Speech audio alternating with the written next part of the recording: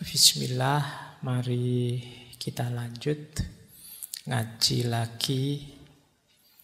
Malam hari ini kita masih ada di tema Sokrates, mbahnya para filosof yang dipandang sebagai pelopor memuncaknya tradisi berpikir filsafat di Yunani. Minggu lalu kita sudah belajar tentang beliau dalam aspek pengenalan diri. Malam hari ini kita belajar tentang perilaku, konsep etiknya. Kalau sudah kenal dirinya, sekarang saatnya melakukan ekspresi diri. Ekspresi diri itu ya wujudnya tindakan. Harus baik, harus pas, cocok. Nah, tindakan yang baik, yang sesuai itu kan ranahnya etik. Jadi malam hari ini kita belajar tentang etikanya Sokrates. Baik, langsung saja ya. Bismillah kita awali. Kita belajar dulu settingnya. Kemarin saya sebut beliau ini era-era Athena, zaman kejayaan menuju jatuh sebenarnya. Jadi kalau teman-teman membaca sejarahnya Yunani, ini era arkaik, era klasik sekitar abad 9 sampai abad ke-6 sebelum Masehi. Saat itu di Yunani banyak negara kota, namanya polis. Yang polis ini ada dua yang paling besar, yaitu Athena dan Sparta. Awalnya polis ini diatur dengan model aristokrasi, oligarki, bahkan ada yang sampai model tiran. Nah, tapi kemudian belakangan muncul gagasan ide model demokrasi yang diawali di Athena. Saat itu Athena berhasil menjatuhkan seorang tiran namanya Hippias. Jatuhnya tiran ini memunculkan model demokrasi yang saat itu modelnya ya demokrasi langsung. Rakyatnya digilir untuk, jadi di situ ada dewan isinya 500 orang yang itu gantian, yang bertugas milih siapa yang harus jadi pimpinan. Jadi kadang disebut demokrasi yang langsung. Tidak serumit sekarang. Sekarang kan mau demokrasi kita kan orangnya sangat banyak. Nanti termasuk Sokrates sebenarnya agak kritis terhadap demokrasi ini. Nah, Athena ini pernah mengalami 2 kali serangan dari Persia dan gagal. Jadi pada era Darius pertama itu Athena dan Yunani diserang tapi berhasil menang. Persia balik. 10 tahun kemudian anaknya Darius yang namanya Xerxes itu menyerang juga Athena, menyerang Yunani. Jadi Athena dan sekitarnya ingin menguasai Yunani tapi juga gagal. Itu mungkin teman-teman ingat ya film yang judulnya 300 kalau bahasa Indonesia itu kan Raja Sparta yang namanya Leonidas yang mempertahankan Yunani, mempertahankan Sparta dari serangannya Persia. Dengan hanya 300 orang berhasil menahan pasukan Persia meskipun 3 hari bertahannya. Tapi setelah itu memang bareng-bareng Athena, Sparta, dan sekitarnya berhasil mengusir Persia.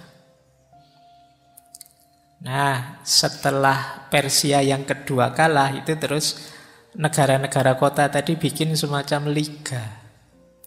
Namanya Liga Delos. Urunan, pokoknya ada kas bersama untuk membangun kekuatan militer. Nah, cuma Persia tidak balik-balik. Akhirnya uang urunan yang banyak ini termasuk kekuatan militer yang luar biasa itu zamannya Athena dikuasai oleh Perikles yang menguasai Athena saat itu. Ini membuat jengkel, membuat iri negara kota yang lain. Ini Athena kok menang-menangan sih. Kita kan juga ingin punya kekuatan militer yang kuat. Akhirnya muncullah perang berkepanjangan antara Sparta dan Athena. Orang menyebutnya perang Peloponnesos. Ini panjang sekali, puluhan tahun perang. Akhirnya yang menang Sparta. Menangnya Sparta ini melahirkan, di slide itu saya sebut, di Athena ada istilah 30 tiran, seti tiran. Jadi saat itu kemudian Athena diperintah oleh sekelompok elit oligarki Sparta yang saat itu menguasai. Oh ya, disebut tiran karena memang sewenang-wenang. Kabarnya 5% lebih penduduk Athena jadi korban. Dan ya namanya menang perang, habis perang, di situ dimulai degradasi, lemah Yunani, baik Athena maupun Sparta. Meskipun nanti bisa fight back, balik lagi mengusir tiran-tiran ini, tapi sudah kondisinya tidak seperti dulu. Nah, di era 30 tiran, ketika orang jungkir balik mengatasi kesulitan hidup, inilah muncul Sokrates. Jadi medan filsafatnya Sokrates itu situasi yang semacam itu.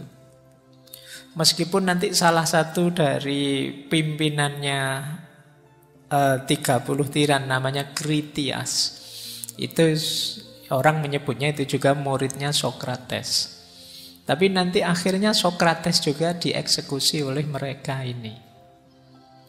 Jadi itu ceritanya seorang Sokrates. Jadi dakwahnya saat itu ya dakwah, ya tidak apa-apa lah istilahnya dakwah. Wong dia memang menyeru kebaikan, kebenaran. Jadi dia dianggap membahayakan negara saat itu, merusak anak-anak muda yang mengakibatkan dia dieksekusi. Jadi itulah arenanya. Makanya dia kritis sekali pada perilaku-perilaku moral yang menyimpang. Baik, itu dongengnya. Semoga teman-teman pernah baca tentang ceritanya Yunani. Kan beberapa kan sudah difilmkan itu kan. Saya tidak tahu kalau teman-teman nonton film itu terus penasaran ingin tahu cerita aslinya, atau pokoknya nonton perang, nonton laga, nonton action terus selesai. Padahal di balik itu ada cerita panjang peradaban. Nanti setelah Yunani lemah itu datanglah dari arah utara kerajaan kecil sebenarnya, tapi terus jadi luar biasa dari Makedonia. Yang Raja Philip bisa menaklukkan Yunani satu-satu. Negara kota ini ditaklukkan satu-satu. Tapi beliau tidak lama terus meninggal, dilanjutkan anaknya namanya Alexander. Kita nanti mengenalnya jadi Alexander the Great. Termasuk muridnya Aristoteles. Di era-era inilah Sokrates, Plato, Aristoteles itu berkiprah di dunia filsafat, yang Alexander ini nanti bahkan bisa menaklukkan Persia. Baik, itu settingnya, medannya. Sekarang kita mulai belajar ya. Ini mungkin beberapa mengulang dulu waktu kita ngomong tentang Sokrates. Kita kan dulu pernah ngomong satu sesi Sokrates. Tapi kita perdalam malam hari ini pandangannya tentang etika.